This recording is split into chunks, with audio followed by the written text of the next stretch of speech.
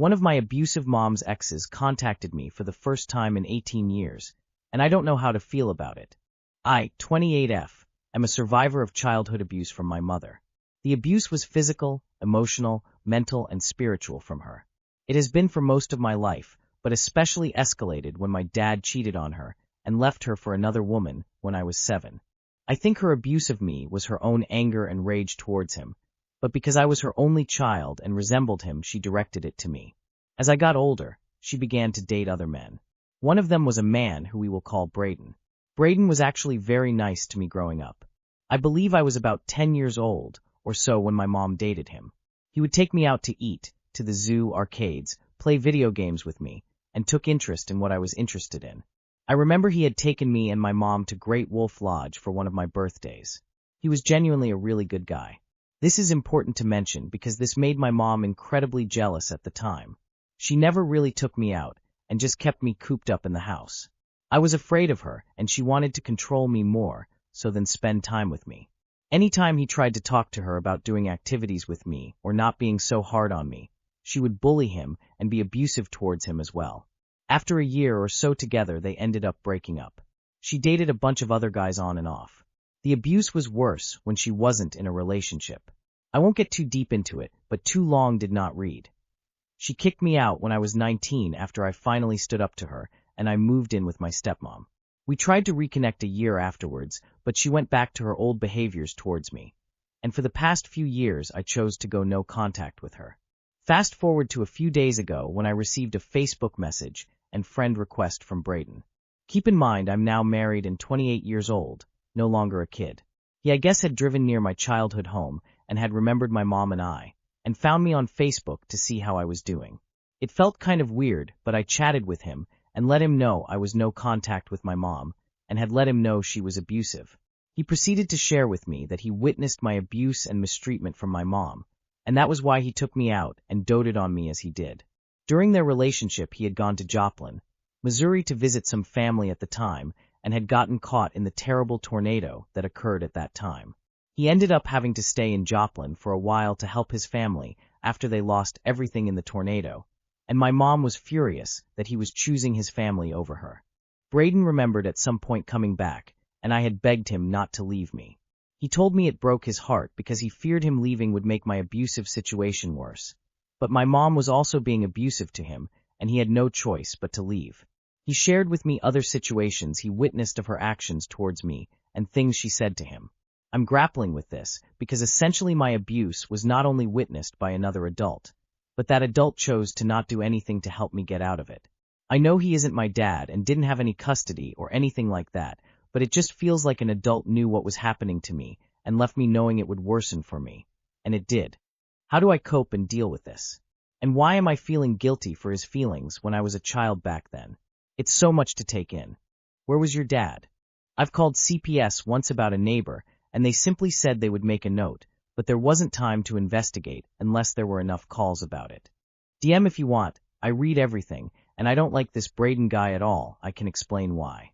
I don't care that a kid is dying, and I feel like shit because I don't. This is a throwaway account because I don't want this on my main. My ex-wife cheated on me with who I thought was my absolute best friend. I was friends with this guy since we were in diapers, and we even lived together as roommates for 4 years. We were each other's best man, and I was the godfather to his kids, and so was he for mine. I thought he was the closest person to me other than my wife. Yet they both betrayed me with each other, and they went for everything I had, even my damn house, which I kept.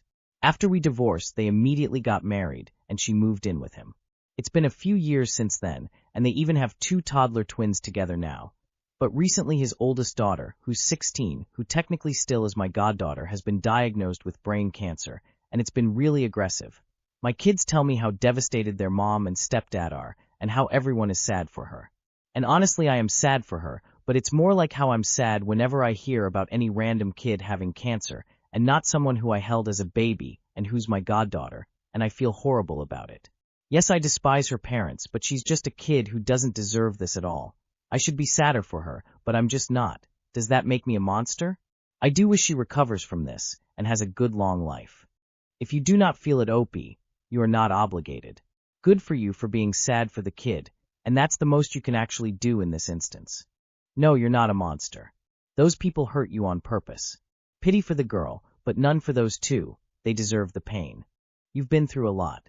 I'd suggest a visit to a therapist to help process the situation, deal with the grief of loss and betrayal, so that you can start to move forward.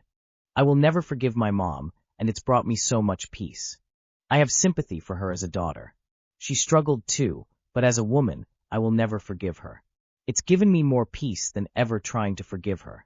She did awful things to me, humiliated me, made disgusting comments about my physical appearance, forced me to wear clothes and hair that I didn't feel comfortable in, hit me numerous times, destroyed my confidence. She absolutely destroyed my mental health beyond anything I could have ever imagined. She doesn't believe in mental health, thinks depression, anxiety, or mood swings aren't real, and that you're just sick. I could list so much more, but this post will just be way too long, and I quite frankly don't think anyone would read it. My mom thinks she's the victim. She thinks because she immigrated to the US that somehow she's entitled to always being right, or always being the person who has it worse. When she raises her voice at me, she will then tell me to be easy on her. My dad is complicit too. He did almost the exact same things my mom did. I will forever hate them for the things they did to me. The funny thing is, I'm a forgiving person. I will forgive anyone as long as they aren't my parents. I'm not willing to ever forgive my parents, and I've felt more at peace with it than trying to forgive my parents ever has. I'm proud that you found peace. Forgiving is not always the way to find peace. I came to this realization about a year ago with my own mother. It's been life-changing not caring at all anymore. Wishing you the best. It's not easy having a hard relationship with parents, but you're not alone. Forgiveness is a deeply held belief in religious communities, Jesus Judas, but it can be emotionally damaging to forgive someone when you don't want to. Constantly reminding myself that sway-eyed is an option has gotten me through the toughest times. I just want to preface that I'm okay, all things considered, definitely going through a rough patch at the moment, but not intending to do anything stupid. This isn't a cry for help, more of a 3 a.m. thoughts kind of thing. I've had treatment-resistant depression and a nasty anxiety/panic disorder for as long as I can remember. I was diagnosed as a very young child, and I'm now a fully grown man. So this dark cloud has unfortunately hung over me for a long time. Basically, my brain is broken and is unlikely to function normally for the remainder of my life unless some new breakthrough happens in psychiatry or neuroscience. One paradoxical thing I've noticed about myself over the years is that not rejecting the idea of sway/eyed in those worst moments has been far more effective than my futile attempts at fighting those thoughts. That is to say, keeping the option on the table makes me consider it far less. Perhaps because I'm not trapping myself. I know it makes no sense and goes against basically all good practices, but it works for me. I'm always acutely aware that I have that option, and I don't shy away from it. I'm still here, so it's working. Just wanted to get that off my chest. Also, to be explicitly clear, I am in no way encouraging or endorsing this coping mechanism. What works for me could be disastrous for someone else. Please reach out and work through these things properly if you ever have those kinds of thoughts. Yep, I call it my comfort blanket. Honestly, same.